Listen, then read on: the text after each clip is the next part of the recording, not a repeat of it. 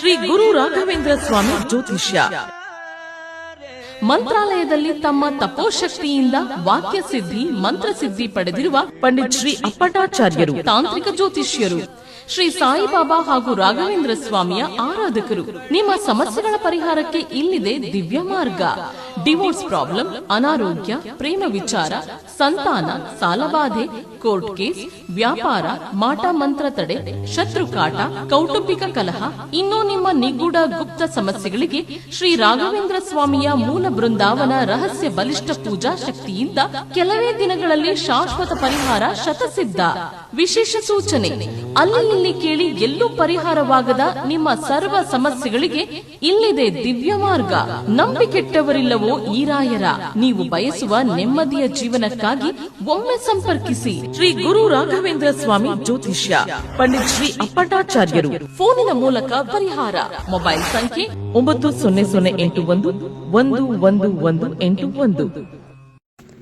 ದುರ್ವಾದಿದ್ವಾಂತರವಯೇ ವೈಷ್ಣವೇಂದಿವರೇಂದವೇ ಶ್ರೀ ರಾಘವೇಂದ್ರ ಗುರುವೇ ನಮೋ ಅತ್ಯಂತ ದಯಾಳುವೆ. ಎಲ್ರಿಗೂ ನಮಸ್ಕಾರ. ನಿಮ್ಮ ಪ್ರೀತಿಯ ಶ್ರೀ ರಾಘವೇಂದ್ರ ಕಾರುಣ್ಯ ಚಾನಲ್ಗೆ ಎಲ್ರಿಗೂ ಕೂಡ ಸ್ವಾಗತ. ಇವತ್ತಿನ ವಿಚಾರ ಏಕಾದಶಿಗೆ ಸಂಬಂಧಪಟ್ಟಂತೆ ನಿಮ್ಮ ಗೊಂದಲಗಳು, ಅನುಮಾನಗಳು ಏನಾದರೂ ನಿಮ್ಮ ಮನಸ್ಸಿನಲ್ಲಿ ಇದ್ದರೆ ಎಲ್ಲವೂ ಕೂಡ ಪರಿಹಾರವಾಗುತ್ತೆ. ಜೊತೆಗೆ ಏಕಾದಶಿಗೆ ಸಂಬಂಧಪಟ್ಟಂತೆ ಅದರ ಆಚರಣೆಗೆ ಸಂಬಂಧಪಟ್ಟಂತೆ ಒಂದಷ್ಟು ಮಾಹಿತಿಗಳನ್ನು ಈ ವಿಡಿಯೋನಲ್ಲಿ ನಿಮಗೆ ಕೊಡ್ತೀನಿ. ಇದೇ ಗುರುವಾರ 25ನೇ ತಾರೀಕು ನಿರ್ಜಲ ಏಕಾದಶಿಯ ಆಚರಣೆ ಬರುವಂತಹದ್ದು. ಏಕಾದಶಿಯ ರಾಯರ ದರ್ಶನಕ್ಕಾಗಿ ಮಂತ್ರಾಲಯದ ಕಡೆ ಹೊರಟೆ. 24ನೇ ತಾರೀಕು 25ನೇ ತಾರೀಕು ಮಂತ್ರಾಲಯದಲ್ಲಿರ್ತೀನಿ. ಯಾರಾದರೂ ಬರುವಂತಹವರಿದ್ದರೆ ಕಮೆಂಟಲ್ಲಿ ತಿಳಿಸಿ, ಸಿಗೋಣ ಅಲ್ಲಿ. ಇನ್ನು ವಿಚಾರಕ್ಕೆ ಬರುವಂತಹದ್ದಾದರೆ ಏಕಾದಶಿ.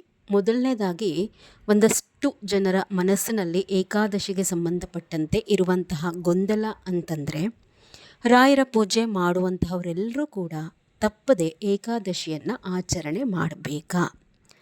ಏಕಾದಶಿಗಳನ್ನು ನಮಗೆ ಭಗವಂತ ದಯಪಾಲಿಸಿರುವಂತಹದ್ದೇ ನಮ್ಮ ಪುರಾಕೃತ ಕರ್ಮಫಲಗಳು ಕಳೆದು ಹೋಗಿ ನಾವು ಈ ಜೀವನ ಏನಿರುತ್ತೆ ಅದನ್ನು ಒಳ್ಳೆ ರೀತಿಯಲ್ಲಿ ಅನುಭವಿಸ್ಬೇಕು ಅಂತ. ಇದಕ್ಕಾಗಿಯೇ ನಮಗೆ ಏಕಾದಶಿಗಳು ಇರುವಂತಹದ್ದು. ಯಾಕೆ ನಮ್ಮ ಬದುಕಿನಲ್ಲಿ ನಾವು ಇಷ್ಟೊಂದು ಕಷ್ಟಗಳನ್ನ ಅನುಭವಿಸ್ತಾ ಇರ್ತೀವಿ? ನಾವೇ ಯಾವುದೋ ಜನ್ಮದಲ್ಲಿ ಮಾಡಿರುವಂತಹ ಪುರಾಕೃತ ಕರ್ಮ ಫಲಗಳು ನಮ್ಮನ್ನು ಎಡೆಬಿಡದೆ ಕಾಡ್ತಾ ಇರೋದ್ರಿಂದಾನೇ ಆ ಕರ್ಮ ಫಲಾನುಸಾರೇಣ ಕಷ್ಟಗಳಿರುತ್ತೆ. ಆ ಕರ್ಮ ಫಲಗಳು ಕಳೆಯೋದು ಹೇಗೆ? ನಾವು ಭಗವಂತನ ಸೇವೆಯನ್ನು ತನ್ನೋ ಮನ ದಂಡಿಸಿ ಮಾಡೋದ್ರಿಂದ, ರಾಯರ ಸೇವೆ ಮಾಡೋದ್ರಿಂದ, ಶ್ರೀಹರಿಯನ್ನು ಧ್ಯಾನಿಸೋದ್ರಿಂದ, ಪೂಜಿಸೋದ್ರಿಂದ ಕರ್ಮಫಲಗಳು ಕಳೆಯುತ್ತೆ. ರಾಯರ ಪೂಜೆ ಮಾಡುವಂತಹವರು ಏಕಾದಶಿಯ ದಿವಸ ಸಂಕಲ್ಪ ಮಾಡಿಕೊಂಡು ಉಪವಾಸವನ್ನು ಮಾಡೋದ್ರಿಂದ, ಯಥಾಶಕ್ತಿ ಶ್ರೀಹರಿಯನ್ನು ರಾಯರನ್ನು ಪೂಜಿಸೋದ್ರಿಂದ ನಮ್ಮ ಕರ್ಮಫಲಗಳು ಕಳೆದು ನಾವೇನಾದರೂ ಮನಸ್ಸಿನಲ್ಲಿ ಅಂದ್ಕೊಂಡಿದ್ರೂ ಸಂಕಲ್ಪಗಳು ಈಡೇರುತ್ತೆ. ಕಷ್ಟಗಳು ಕಡಿಮೆ ಆಗ್ತಾ ಹೋದ ಹಾಗೆ ಜೀವನದಲ್ಲಿ ನೀವು ಬಯಸಿದ್ದು ಅಥವಾ ಇನ್ನು ಬಯಸ್ದಲೇ ನಿಮ್ಗೇನೇನೆಲ್ಲ ಒಳ್ಳೆಯದನ್ನು ಅನುಗ್ರಹ ಮಾಡಬೇಕೋ ಅದನ್ನು ರಾಯರು ಮಾಡ್ತಾರೆ. ಹೀಗಾಗಿ ಕಷ್ಟವಾದರೂ ಪರವಾಗಿಲ್ಲ, ಏಕಾದಶಿಯನ್ನು ಆಚರಣೆ ಮಾಡಿ. ಏಕಾದಶಿ ಅಂತಂದ ತಕ್ಷಣ ನೀರನ್ನು ಕುಡಿದಲೆ ಅವತ್ತಿನ ದಿವಸ ಎಲ್ಲನೂ ಉಪವಾಸ ಮಾಡಬೇಕು ಅಂತ ಏನಿಲ್ಲ. ನಿಮ್ಮ ಯಥಾಶಕ್ತಿ ಆರೋಗ್ಯಾನುಸಾರ ಕೂಡ ಮಾಡಬಹುದು. ಇದರ ಬಗ್ಗೆ ನೆಕ್ಸ್ಟ್ ವಿಡಿಯೋಸಲ್ಲಿ ನಿಮಗೆ ತಿಳಿಸ್ಕೊಡ್ತೀನಿ. ಈಗಾಗಲೇ ಹೇಳ್ಕೊಟ್ಟಿದ್ದೀನಿ.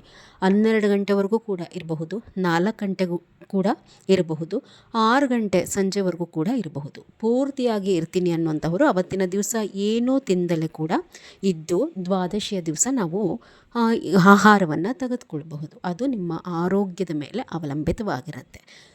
ಯಥಾಶಕ್ತಿ ಮಾಡಿ ನೋಡಿಕೊಂಡು ರಾಯರ ಪೂಜೆ ಮಾಡುವಂಥವರು ಏಕಾದಶಿಯನ್ನು ಮಾಡಿದ್ರೆ ಒಳ್ಳೆಯದಾಗತ್ತೆ. ಹೀಗಾಗಿ ಮಾಡ್ಕೋಬಹುದು ನೀವು.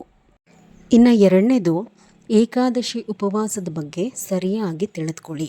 ನೀವು 12 ಗಂಟೆಗೆ ಉಪವಾಸ ಬಿಡಿ, ಇಲ್ಲ 4 ಗಂಟೆಗೆ ಬಿಡಿ, ಇಲ್ಲ 6 ಗಂಟೆಗೆ ಬಿಡಿ, 8 ಗಂಟೆಗೆ ಬಿಡಿ. ನೀವು ಉಪವಾಸವನ್ನು ಸಂಪೂರ್ಣವಾಗಿ ಬಿಟ್ಟ ಮೇಲೇ ಸಿಹಿ ಅವಲಕ್ಕಿ ಅಥವಾ ಈಗೇನು ಉಪ್ಪಿಟ್ಟು ಮಾಡ್ಕೋತಿರೋ ಇಲ್ಲ ಸಜ್ಜಿಗೆ ಮಾಡ್ಕೋತಿರೋ ಏಕಾದಶಿ ಅಂತ ಉಪವಾಸ ಬಿಟ್ಟಾದ ಮೇಲೇ ತಿನ್ನಬೇಕು.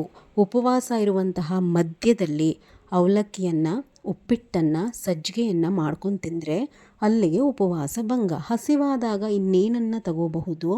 ಹಾಲು, ಹಣ್ಣು, ನೀರು, ಇಷ್ಟರಲ್ಲಿ ಮಾತ್ರ ನೀವು ಉಪವಾಸ ಇರಬೇಕು.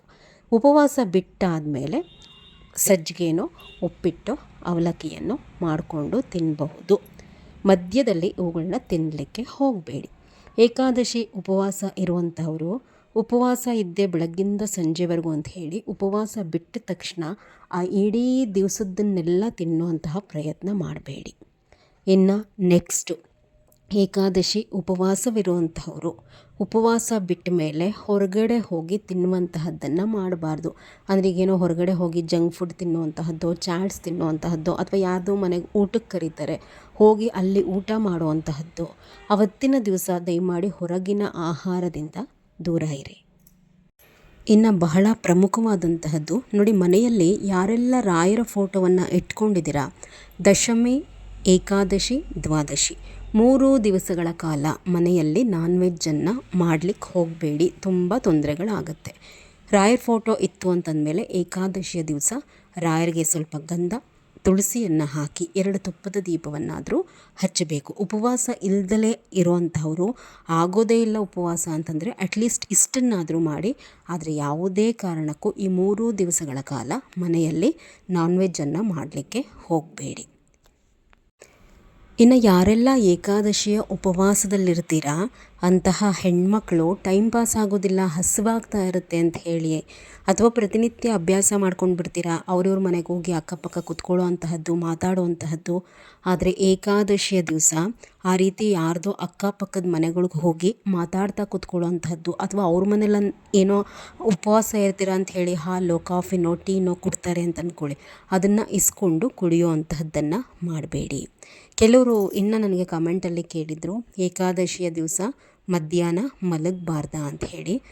ಏಕಾದಶಿ ಒಂದು ವ್ರತವಿದ್ದ ಹಾಗೆ, 3 ದಿವಸಗಳ ವ್ರತ ಅದು, ಅರ್ಥ ಮಾಡ್ಕೊಳ್ಳಿ. ಹಾಗಾಗಿ ಈ 3 ದಿವಸಗಳ ಕಾಲ ಗಂಡ ಹೆಂಡತಿ ಸೇರಬಾರ್ದು, ಮನೇಲಿ ನಾನ್ ವೆಜ್ಜನ್ನು ಮಾಡಲಿಕ್ಕೆ ಹೋಗಬಾರ್ದು. ಹೀಗೆ ಒಂದಷ್ಟು ನಿಯಮಗಳು ಇದ್ದಾವೆ. ಅದರಲ್ಲಿ ಇದೂ ಕೂಡ ಒಂದು ನಿಯಮ ಅಂತಲೇ ಭಾವಿಸಿ. ರಾಯರ ಯಾವುದೇ ವ್ರತ ಮಾಡುವಾಗ ಮಧ್ಯಾಹ್ನ ಹೊತ್ತು ನಿದ್ದೆ ಮಾಡಬಾರ್ದು. ಸುಸ್ತಾಗಿದೆ ಅಂತಂದರೆ ಯಾವುದಾದ್ರೂ ಒಂದು ಒಳ್ಳೆ ಚಾಪೆನ ಹಾಕ್ಕೊಂಡು ನೆಲದ ಮೇಲೆ ಮಲಗಿ ವಿಶ್ರಾಂತಿ ತಗೊಳ್ಳಿ, ನಿದ್ದೆ ಮಾಡಲಿಕ್ಕೆ ಹೋಗಬೇಡಿ. ಕೆಲವರೆಲ್ಲ ಕೇಳ್ತೀರಾ, ಸೋಫಾ ಮೇಲೆ ಕೂತ್ಕೋಬಾರ್ದಾ, ಸಪ್ರೇಟಾಗಿ ನಾವು ಕೂತ್ಕೋಬೇಕಾ, ಅಥವಾ ಏನು ಮಡಿ ಮಾಡಿಕೊಂಡು ಚಾಪೆ ಹಾಕ್ಕೊಂಡು ಕೂತ್ಕೋಬೇಕಾ ಅಂಥೇಳಿ. ನೋಡಿ, ಯಥಾಶಕ್ತಿ ಆಚರಣೆ. ನಿಮ್ಮ ಮನಸ್ಸಿನಲ್ಲಿ ಏನಾದರೂ ಸೋಫಾ ಎಲ್ಲ ಮೈಲಿಗೆ ಆಗುತ್ತೆ, ಅವ್ರವ್ರು ಕೂತಿರ್ತಾರೆ ಅನ್ನೋ ಭಾವನೆ ಇದ್ದರೆ ಕೆಳಗಡೆ ಕೂತ್ಕೊಳ್ಳಿ ಚಾಪೆ ಹಾಕ್ಕೊಂಡು. ಇತ್ತೀಚಿನ ದಿವಸಗಳಲ್ಲಿ ತೀರಾ ಆ ರೀತಿ ಎಲ್ಲ ನಾವು ಕಟ್ಟುನಿಟ್ಟಾಗಿ ಮಾಡಿ ಅಂತ ಹೇಳಿದ್ರೆ ಇವರೇನೋ ಹೇಳ್ತಾರೆ ಅನ್ನೋ ರೀತಿನಲ್ಲಿ ಆಗಿಬಿಡುತ್ತೆ. ಸೊ ನಿಮ್ಮ ಯಥಾಶಕ್ತಿ ಆಚರಣೆಯನ್ನು ಮಾಡ್ಕೋಬಹುದು ಮಡಿಯ ವಿಚಾರದಲ್ಲಿ. ಆದರೆ ಒಂದನ್ನು ನೀವೇನು ಮಾಡಬೇಕು ಮಡಿ ಅಂತಂದರೆ, ಹಿಂದಿನ ದಿವಸ ಒಂದು ಸೀರೆನ ನೀರಿಗೆ ಹಾಕಿ ಒಳ್ಳೆ ಜಾಗದಲ್ಲಿ ಒಣಗಿ ಹಾಕಿಬಿಟ್ಟು ಅದನ್ನು ಬೇರೆ ಮೈಲಿಗೆ ಬಟ್ಟೆಗಳ ಜೊತೆ, ಅಂದರೆ ಬೀರುನಲ್ಲಿರುವಂತಹ ಬಟ್ಟೆಗಳ ಜೊತೆ ಸೇರಿಸದೆ ಒಂದು ಕಡೆ ಇಟ್ಕೊಂಡು ಮಡಿ ವಸ್ತ್ರಧಾರಣೆ ಮಾಡಿ. ತಪ್ಪದೆ ಏಕಾದಶಿ ದಿವಸ ಹಣೆಗೆ ಗಂಧ ಇಟ್ಕೊಳ್ಳೋ ಅಂಥದ್ದನ್ನು ಮಾಡಿ ಆ ರೀತಿ ಮಡಿಯಾಗಿ ಇರಿ. ಇನ್ನೊಂದು ಏಕಾದಶಿಗೆ ಸಂಬಂಧಪಟ್ಟಂತೆ ಒಂದಷ್ಟು ಮಾಹಿತಿಗಳನ್ನ ಹಂಚ್ಕೋಬೇಕು ಅನ್ನುವಂಥದ್ದಾದರೆ, ನೋಡಿ, ಈಗೇನೋ ಕೆಲವರು ಈ 1-2 ಏಕಾದಶಿಗಳನ್ನ ಮಾಡಿಬಿಟ್ಟಿರ್ತೀರ, ಅವರು ಕಂಟಿನ್ಯೂಸ್ ಆಗಿ ಮಾಡ್ಕೊಂಡು ಬಂದಿರಲಿಕ್ಕೆ ಆಗೋದಿಲ್ಲ. ಅಥವಾ ಅಂತಹವರು ನಾವು ಏಕಾದಶಿ ಆಚರಣೆ ಏನು ಮಾಡ್ತಾ ಇಲ್ವಲ್ಲ ಬಿಡು ಅಂತ ಹೇಳಿ ಏಕಾದಶಿ, ದಶಮಿ, ದ್ವಾದಶಿ ದಿವಸ ನಾನ್ ವೆಜ್ಜನ್ನು ತಿನ್ನಲಿಕ್ಕೆ ಹೋಗಬೇಡಿ. ಅಂದರೆ ಏಕಾದಶಿ ನಾವು ಆಚರಣೆ ಮಾಡೋದಿಲ್ಲ ಅಂತಂದು ಏಕಾದಶಿಯನ್ನು ಆಚರಣೆ ಮಾಡ್ಕೊಂಡು ಬಂದಿದ್ದಂತಹವರು ಹಿಂದೆ ಒಂದಷ್ಟು ಏಕಾದಶಿಗಳನ್ನ ಅಂತಹವರು ತಿನ್ನಲಿಕ್ಕೆ ಹೋಗಬೇಡಿ.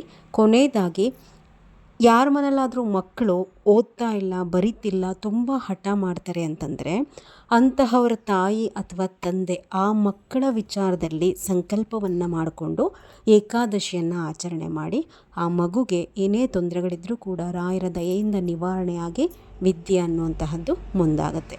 ಇವತ್ತಿನ ಮಾಹಿತಿ ಇಷ್ಟವಾಗಿದ್ದರೆ ಒಂದು ಲೈಕ್ ಮಾಡಿ. ಚಾನಲನ್ನು ಹೊಸದಾಗಿ ನೋಡ್ತಾ ಇರುವಂತಹವರು ಸಬ್ಸ್ಕ್ರೈಬ್ ಮಾಡ್ಕೊಳ್ಳಿ. ನನ್ನ ಹೊಸ ಚಾನಲ್ಗೂ ಕೂಡ ಸಪೋರ್ಟ್ ಮಾಡಿ ಅಂತ ಹೇಳಿ ಕೇಳ್ಕೊತ ಇವತ್ತಿನ ವಿಡಿಯೋವನ್ನು ಮುಗಿಸ್ತಾ ಇದ್ದೀನಿ. ನಮಸ್ಕಾರ.